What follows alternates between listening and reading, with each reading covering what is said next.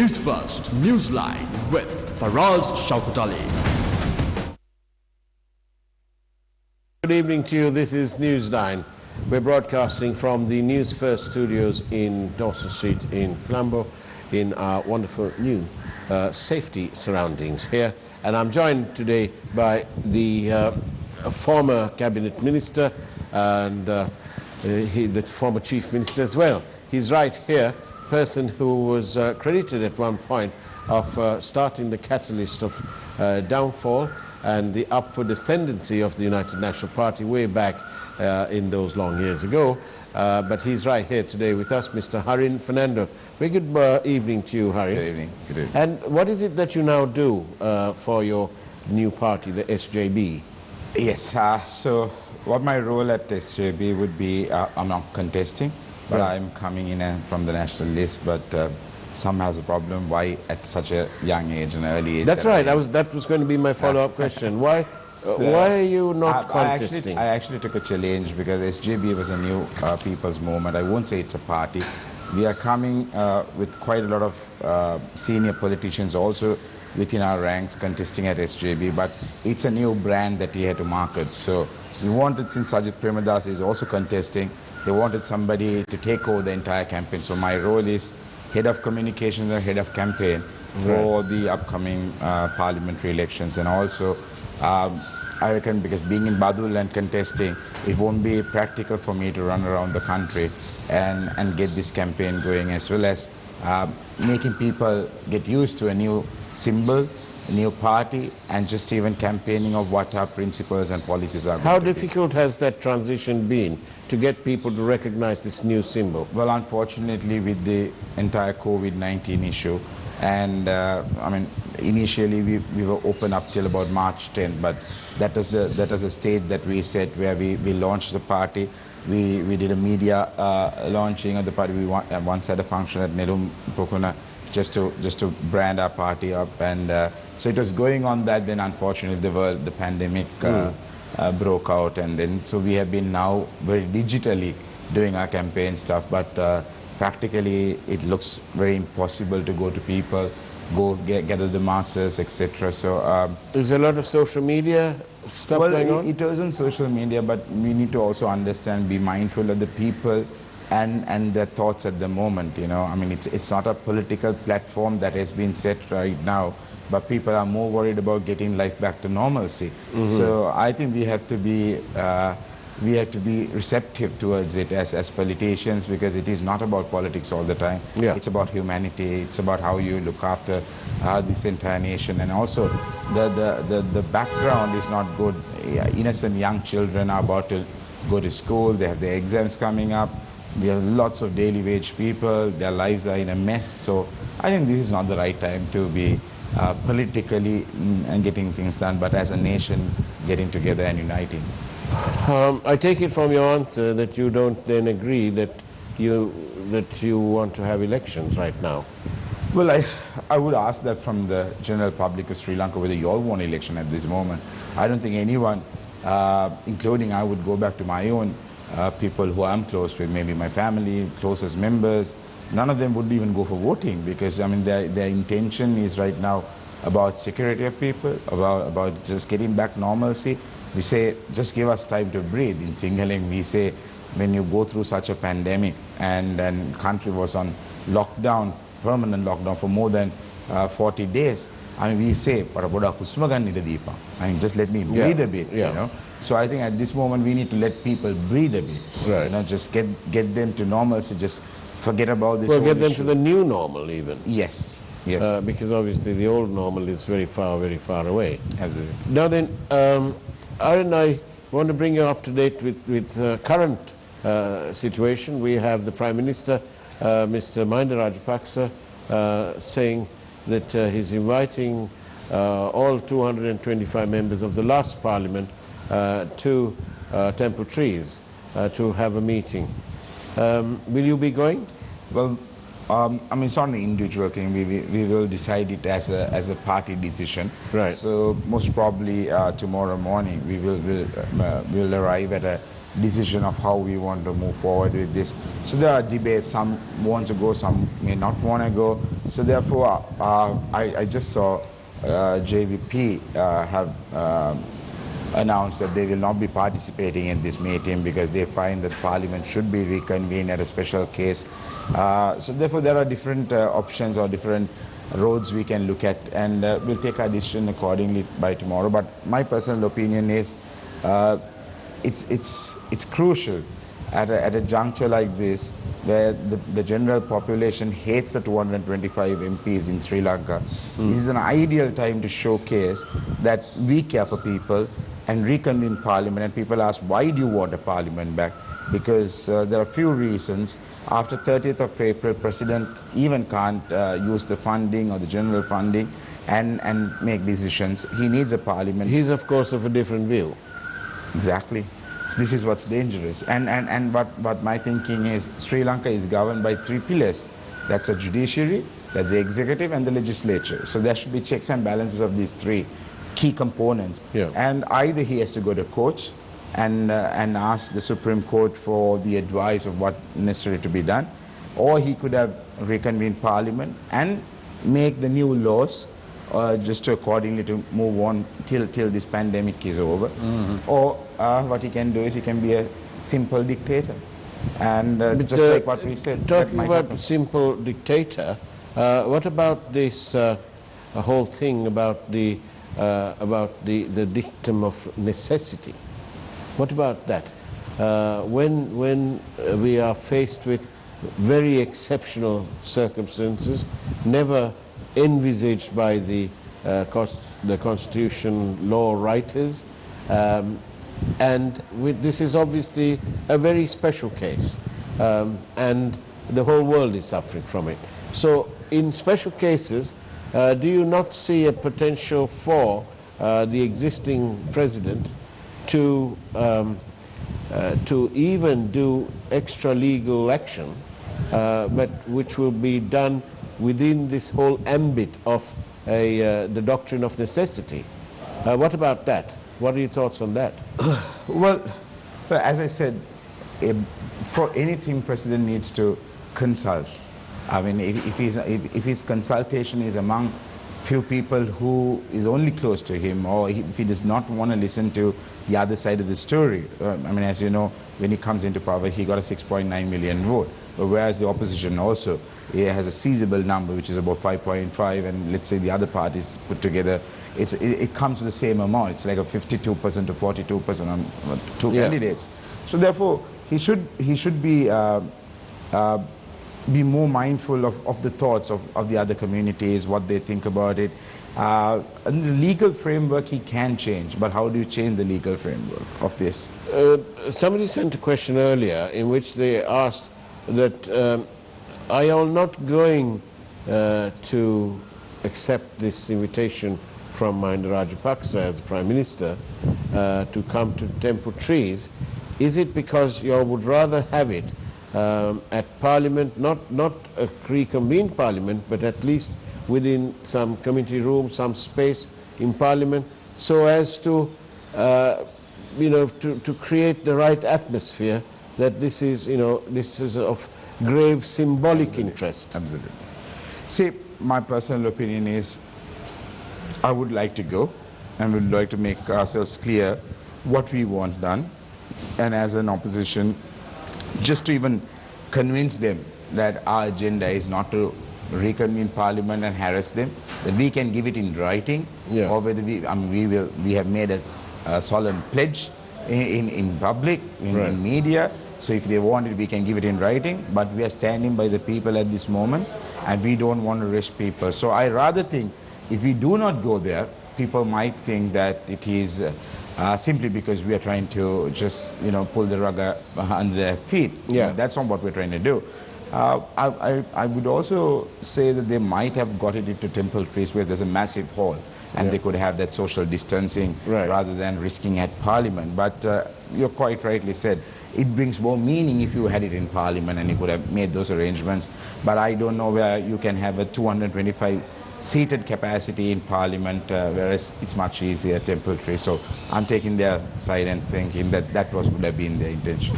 But it's still not clear that whether the SJB will attend. No. So tomorrow we will make sure that we will bring main stakeholders. There are other parties involved in this as well, so we take our decision from them.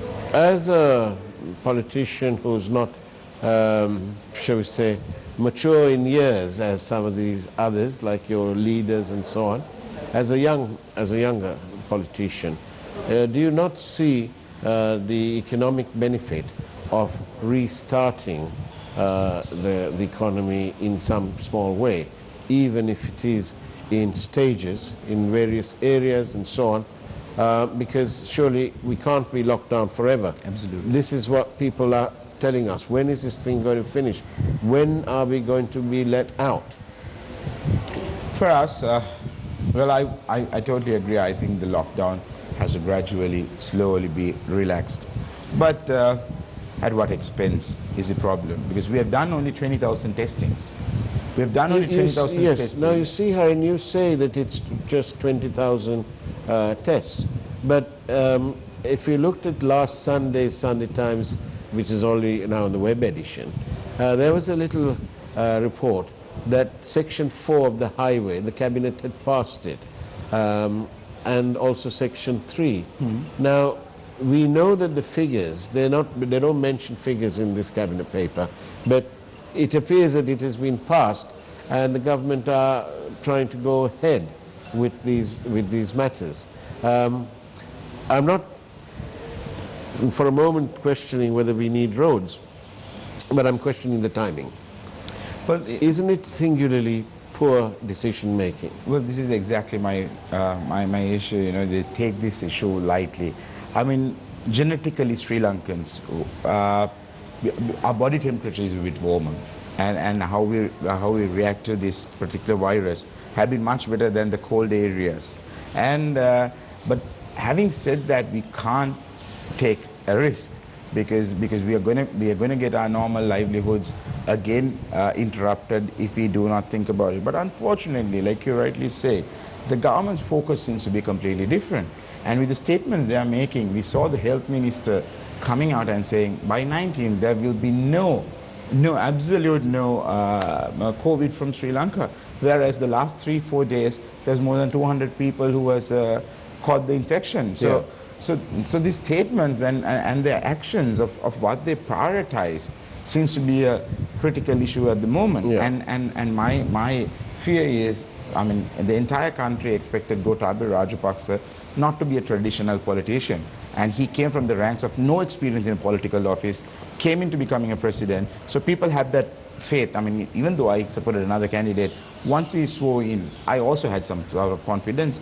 I mean, people showcased him as a next Lee Kuan Yew in Sri Lanka. Yeah. But unfortunately, if you really look at the last 6 months or the last 5 months, it's clear that, I mean, if you ought to be a Lee Kuan Yew, you have to make sure first the mafias in the country does not exist. But with all due respect to the great Lee Kuan Yew, Lee Kuan Yew was a leader, yes, but he was a leader of a very undemocratic nation. Absolutely. It was virtually police state. Yes. So if we want Gotabaya Rajapaksa to do that, you know, are you saying that we want Gota to be an autocrat? No. So what I'm again saying, that this was people's intention. That's why 6.9 million people voted. Yeah. He showcased himself that he will be able to be a Lee Kuan Yew. Just the corruption will be eradicated. Yeah. The mafias will be eradicated. But none of them happened. He had the same stooges who were in the last government sitting on the cabinet, which is why you have those kind of additions from cabinet papers coming in, right, filling up lands on the sea, I mean, getting things done at a time when people are locked down at home. At a time when people are locked down at home, and a time now to go for a break for Newsline. We'll see you at the other side of this break. Don't go away. This is Newsline.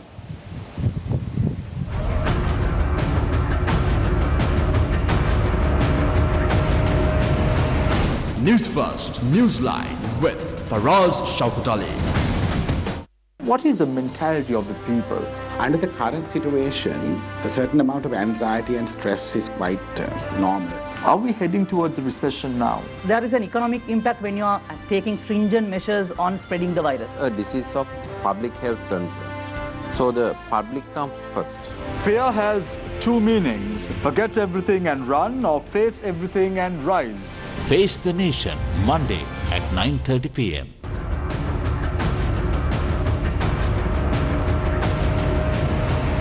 Newsfirst, Newsline with Faraz, Shauketaly. And welcome back to Newsline. We are in conversation with Mr. Harin Fernando. So, Mr. Harin Fernando, you were saying that we were talking about these decisions from the cabinet when the people's minds are furthermost from highways and roads to nowhere, maybe needed in the future, but right now we need more testing kits. I did a little exercise the other day. A private hospital which is near us, I'm told that they can do a PCR test for 6,000 rupees. Well, I did $200 million, multiplied by 190, and then I divided the answer by 6,000.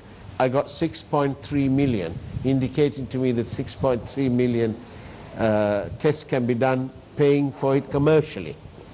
Not if the government did it for costs. I'm talking about with a margin. 6.3 million people can be tested, or, well, at 6,000 rupees.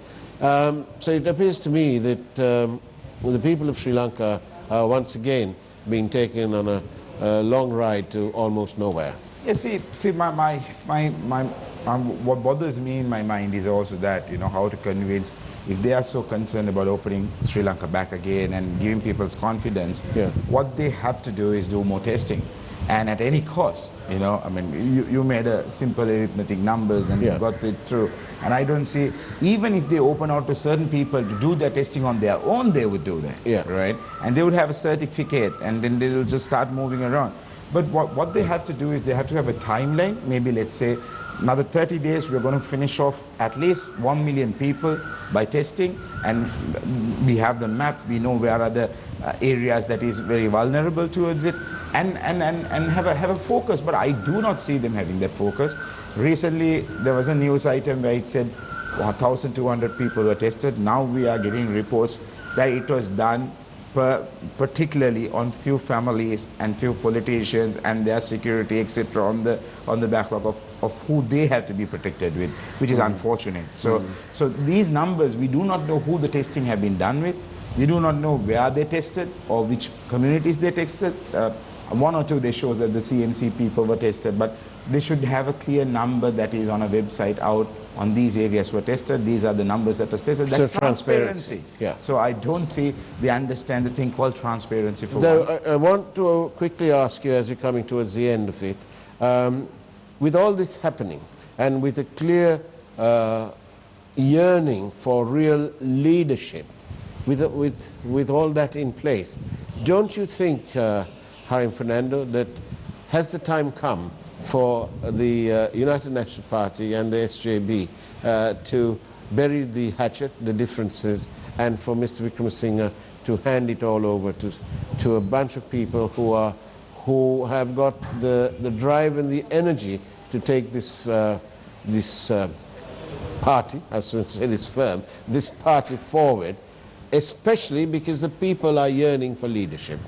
Well, I only hope that he will have that wisdom to take the right decision, which has not happened for the past. Has there been any indication? Well, there have been, I was told, behind doors, there are a few people, few seniors been chatting with Ranil Wickremesinghe. I do not know how authentic it is or whether this was correct, but as far as I'm concerned, I've not had any dialogue with anybody on this particular matter. But it's clearly a type where even I personally, as a politician, do not want to talk about politics or see it through, but I want to see the country through at this moment, getting through the pandemic. And if Ranil Wickremesinghe or if any party leader is serious, I mean, they should let go and give some new leadership to give the power, give the authority for them to think new and be more active. See, this is a time we need a lot of active politicians on the ground. Can I ask you another question that the people, somebody sent this in yesterday. What do you hope to achieve by reconvening Parliament? Yes, very good question. I think See, Gotabaya Rajapaksa had time for this parliament till August or September. Yeah. But whereas he on March 1st, when the pandemic was getting there, he still dissolved the parliament and went in for and kept the country open till the 19th. What the parliament can do right now is, because after April 30th, even transparency is going to be a problem. The World Bank funding, the Chinese funding, which budget line are they going to pass it through is going to be a clear issue. So where it's going to go through. So therefore, it is important, it is pivotal to figure out what is our priority. Right now, if he has an issue of passing certain laws in Parliament, even to continue for 1 year, where they will be in government, not that we are trying to topple a government, but just let's have a focus of what we are going to give people. 5,000 rupees for 40 days wouldn't make anybody survive. So there are more funding we need to give these people. Daily wage people, because today being the May Day, a Labor Day, we need to be very mindful of how we are going to get these people to stand up on ground again. I mean, there are immense amount of people who step out in the day and bring their money and feed their kids, send them to school, pay their rent, pay the electricity bill. I mean, imagine that thought sleeping tonight. It's unfortunate. So if the government is only pushing for an election where these 15 million people are put at risk, their mindsets are not there, there won't be any funding for any candidate also at this background. So why do this? I mean, this is being clear dictatorship. They are just clearly not concerned about the people. So therefore, our concern is that the parliament should be reconvened.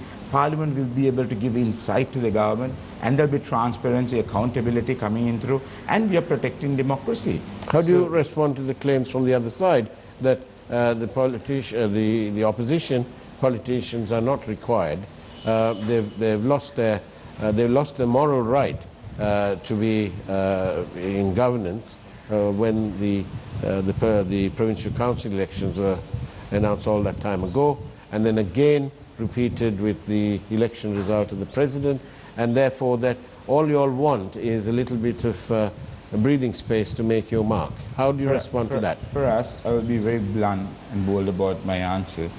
I'm the first person after Sajid Premdas on the 16th to resign from my portfolios. We could have still held on to our portfolios because it's a presidential election, it was not a parliamentary election. Then most of our ministers contributed, they all resigned. But we are people with morals and ethics. Unfortunately, they don't have that morals and ethics. And 1 year ago with the Easter attacks, we were harassed, there were community violences, there were lots created. Did we do that to them? Even today, when there's such a pandemic going, we are trying to put our hands up and say we are going to support them. The difference between quality politicians and non-quality politicians are clearly shown right now with the attitudes. This is not a time of talking politics, but it's a time of talking about humanity, about being Sri Lankans. And I don't see, they only think about themselves, and unfortunate enough, they just crave for power, they're greedy for power, and at the expense of people. The last and final question is, the United National Party and its combine in the last government, in the last parliament, didn't really do much for the economy. The economy at the end of the day was right down to around the 2%, even less.